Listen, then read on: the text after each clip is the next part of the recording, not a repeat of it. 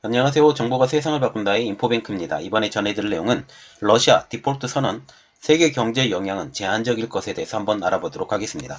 여러분의 구독, 좋아요 한 번씩 눌러주시고 이야기를 시작을 해보도록 하겠습니다.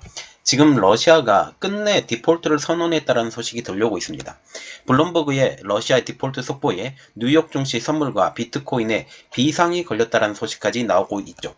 배경은 당장 16일 예정된 달러 채권 이자 상환조차 힘들었기 때문입니다. 이는 우크라이나 침공 이후 미국 등 서방 세계의 각종 제재 여파 때문이죠. 특히 쉬프트의 거래가 완전 봉쇄가 됐기 때문에 지금 달러화를 갖고 있음에도 불구하고 러시아는 대응조차 못하는 상황이죠.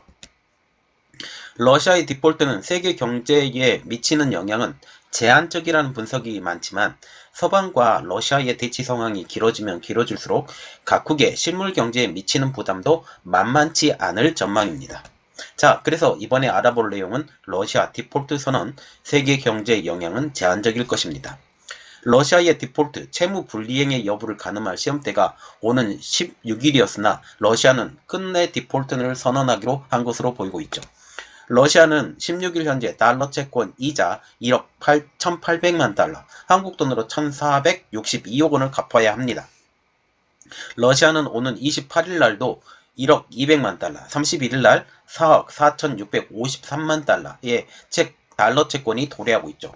그래서 지금 보시면 지금 3, 4월에 만기가 도래하는 달러 채권이 예상보다 참 많다라는 거죠. 특히 3월 16일 날 보시면 지금 23년 만기 국채 7,313만 달러 지급일이고, 그래서 1억 7,919만 달러를 이번에 갚아야 되는데 그렇게 갚지 못할 상황. 그래도 바로 디폴트는 선언이 되지 않고 한 30일 유예 기간이 있기 때문에 그 사이에 갚아도 되지만 그렇게 쉽지 않을 것이라는 거죠. 그래서 지금 러시아의 가장 큰 목적은 지금 현재 우크라이나와의 협상이 잘 진행되고 이것이 제대로 끝나야만이 제재가 풀릴 가능성이 높다라는 것을 우리가 알 수가 있죠. 특별히 러시아의 실탄, 말하자면 달러는 부족하지 않습니다.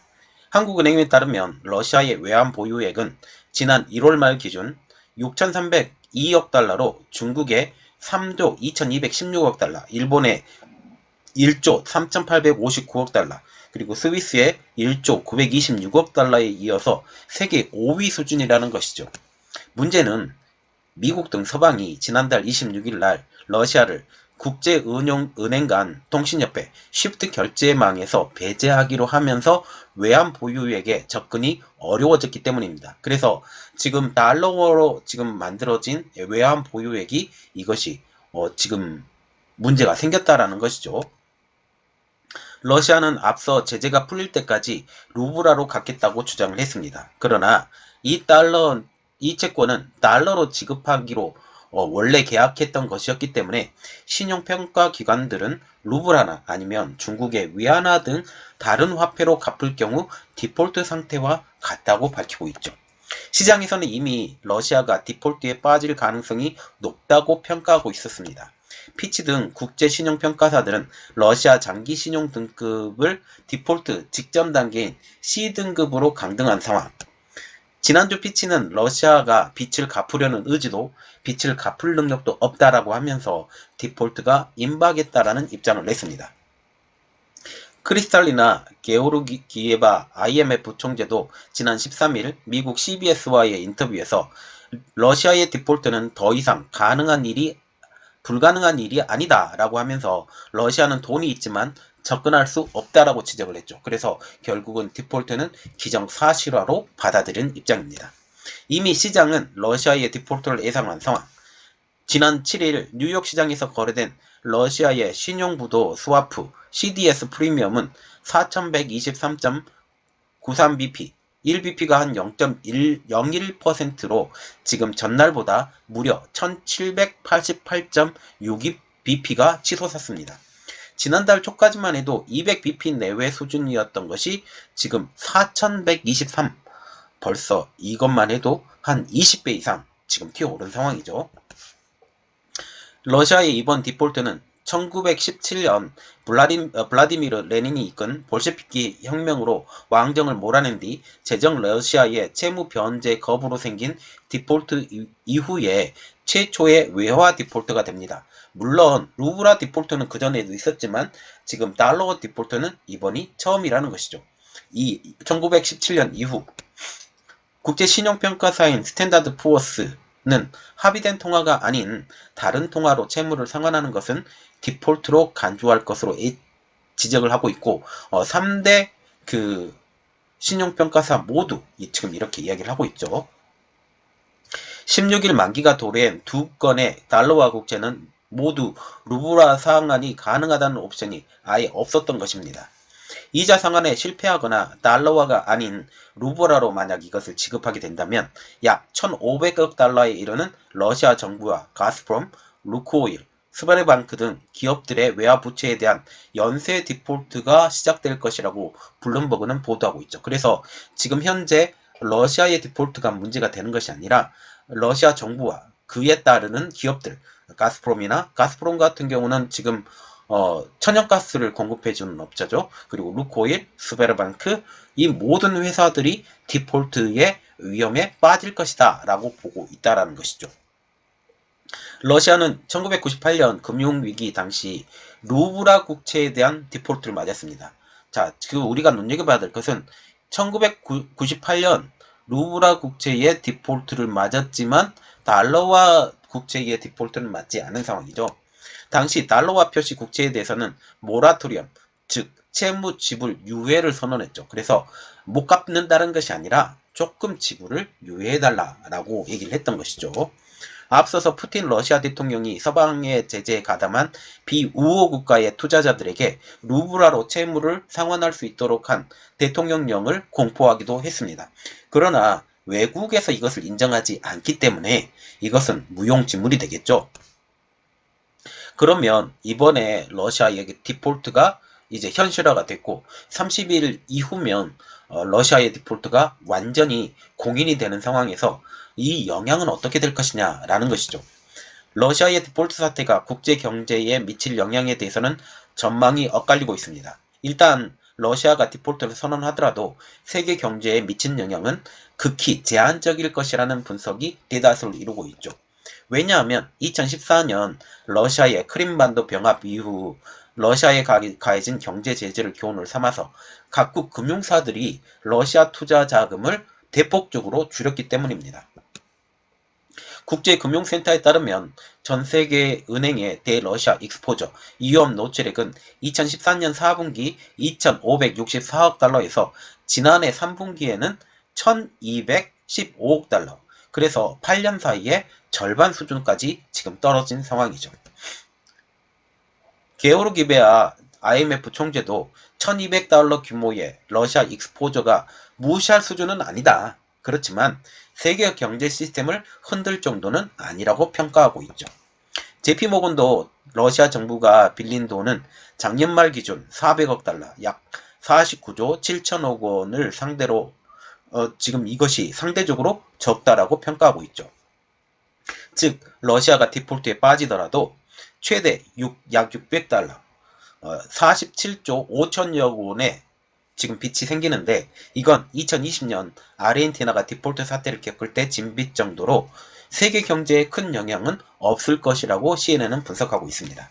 더욱이 러시아가 1998년 금융위기 당시처럼 모라토리엄, 대외의 채무 지급 불이행을 선언하는 등 완전한 파산을 선언할 가능성이 작다는 게 지금 시장의 분석이에요. 그래서 모라토리엄이 더 큰 건데 디폴트 그 다음에 모라토리엄까지 가죠. 그래서 지금 디폴트는 됐지만 모라토리엄까지는 더욱 말하지 않겠다라고 하는 거죠. 김대준 한국투자증권연구원도 지난 98년 실제로 돈을 갚는 능력은 없었지만 지금은 돈이 있음에도 불구하고 인위적인 제재로 상환할 수 없는 상황이라고 하면서 유가도 100달러 이상으로 지금 당시와 같은 경우는 한 10달러 수준이었거든요. 그래서 지금 현재 배럴당 100달러가 넘는 수준이 되기 때문에 당시에 10배 이상, 그리고 현재 경제 펀더멘탈도 양호하다라고 분석하고 있습니다. 그러나 지금 러시아에 대해서 암울한 분석을 내리는 것도 당연히 있겠죠. 영국의 경제 분석 기관인 캐피털 이코노믹스는 한 금융기관이 러시아 부채에 크게 영향을 받을 경우 영향이 이제 퍼져나가면서 세계적인 금융위기로 이어질 수 있다라고 경고를 하고 있어요. 다시 말하면 어떤 한 경제기관, 특히 은행이죠. 은행기관이 러시아에 그 돈을 많이 빌려줬을 경우 이 은행이나 아니면 금융기관이 파산할 수 있고 이 파산하는 것을 통해서 연쇄적인 부도가 날 수 있다라고 지금 경고를 한 것이죠. 또 디폴트가 러시아 회사들이 돈을 지급하지 않도록 만들어 지금 두 번째 위험으로 확대될 수 있다라고 지적을 하고 있는데 이것은 다시 말하면 뭐냐. 지금 러시아 국가 자체도 디폴트인데 러시아의 기업들도 당연히 디폴트가 되는 것은 거의 기정사실화라는 거죠.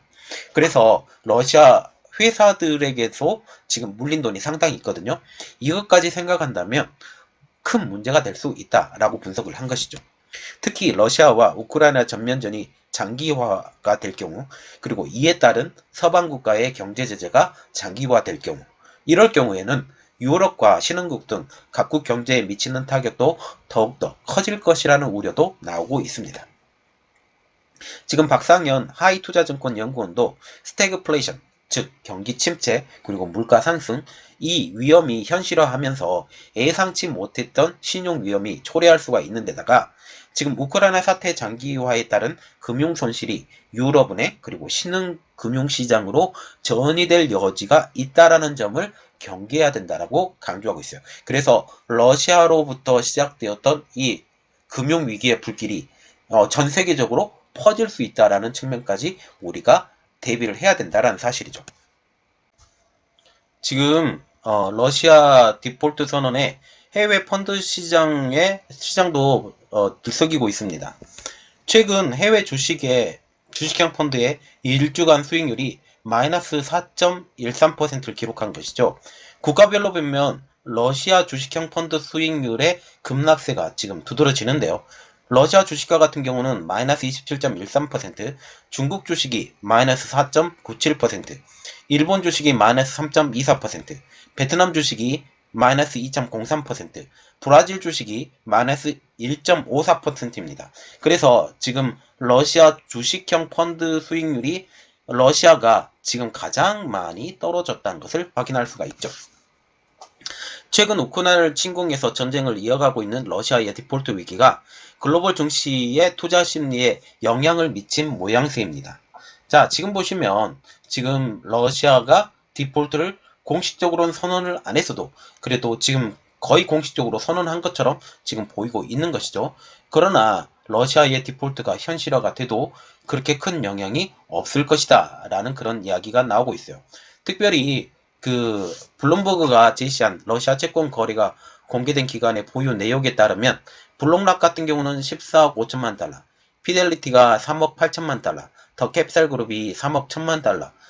그래서 금융기관이 약 74억 달러 규모의 러시아 국채를 보유하고 있다라는 것이죠.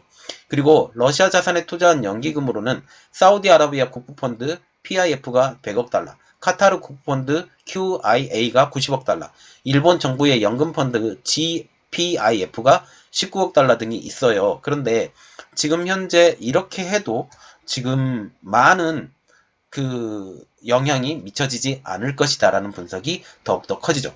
그러나 지금 이것이 오랜 기간, 장기간 지속될 때는 문제가 분명히 생길 겁니다. 그리고 이 러시아 기업들에게 지금 러시아 국가에게 투자되었던 이것이 거의 휴지 조각으로 날아갈 수 있기 때문에 이것은 큰 문제가 생길 것이다 라고 보는 거죠. 자, 이번 내용은 여기까지 하겠습니다. 저희 내용이 여러분들에게 도움이 됐다라고 생각을 하시면 구독, 좋아요, 그리고 알람 설정까지 부탁드리겠습니다. 감사합니다.